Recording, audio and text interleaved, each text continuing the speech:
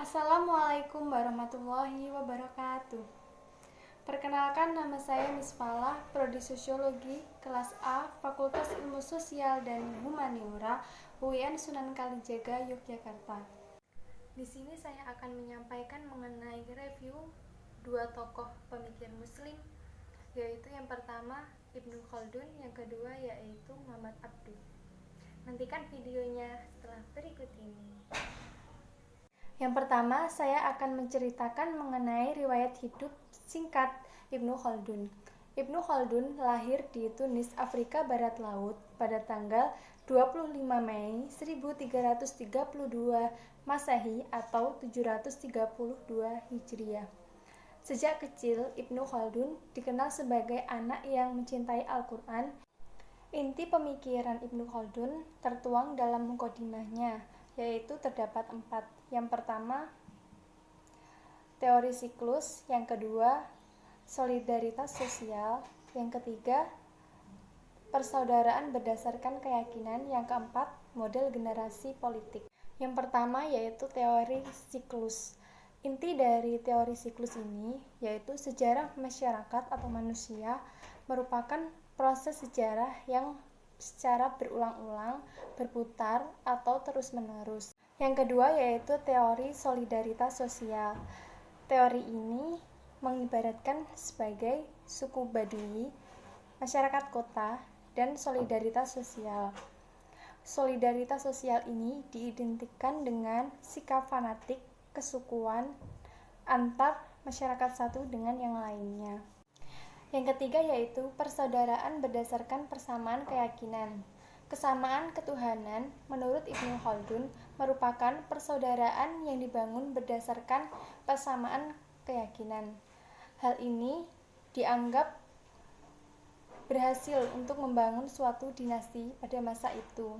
Kemudian pokok pemikiran Ibnu Khaldun yang keempat yaitu model generasi politik. Dalam konsep ini, Ibnu Khaldun membagi menjadi 3 model generasi politik.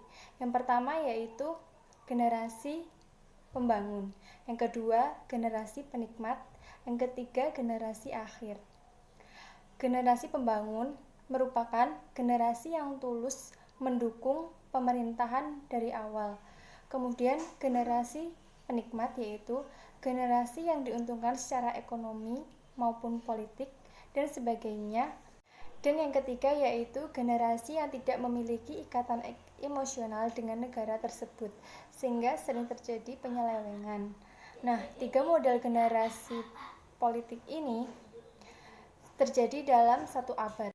Tokoh pemikir Muslim yang kedua yaitu Muhammad Abduh.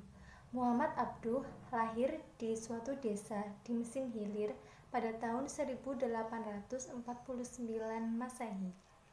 Adapun hal-hal yang melatar belakangi Muhammad Abduh untuk melakukan pembaruan Islam yaitu dilatar belakangi oleh 3 hal.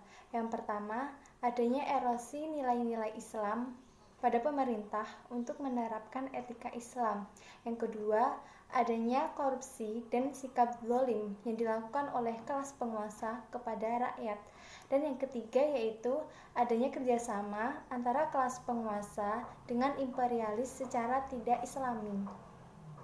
Hal-hal itulah yang menyebabkan Muhammad Abduh gencar untuk melakukan pembaruan Islam karena pada saat itu Islam mengalami kemunduran, sehingga Muhammad Abduh ingin Islam mencapai kejayaannya kembali.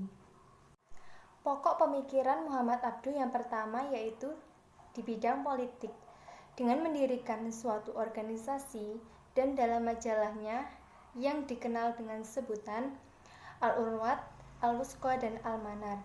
Di dalam majalah tersebut, Muhammad Abduh menyusun suatu gerakan untuk menggerakkan umat Islam untuk bangun dari tidurnya.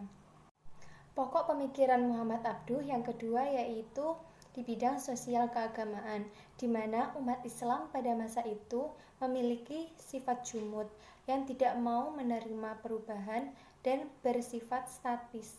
Pokok pemikiran Muhammad Abduh di bidang sosial keagamaan yang pertama yaitu kemajuan umat Islam itu ditutupi oleh umat Islam itu sendiri.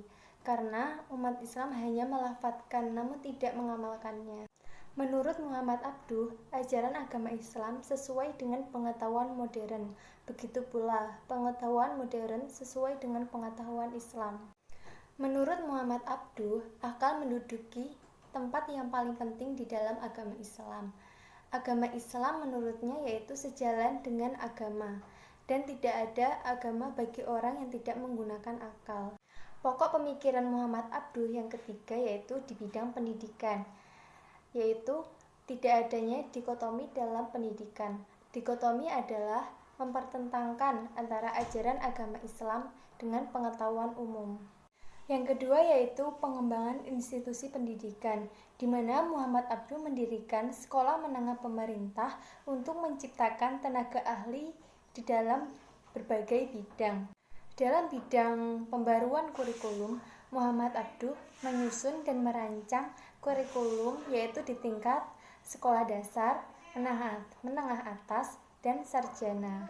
Selanjutnya, metodologi pengajaran yang selama ini selalu mengandalkan hafalan, hal ini dilengkapi dengan metode pengajaran dengan diskusi. Salah satu dampak pembaruan Islam Muhammad Abduh yang ada di Indonesia yaitu dengan munculnya organisasi Muhammadiyah. Demikian yang dapat saya sampaikan. Semoga review ini dapat bermanfaat bagi kita semua. Apabila ada salah kata, saya mohon maaf.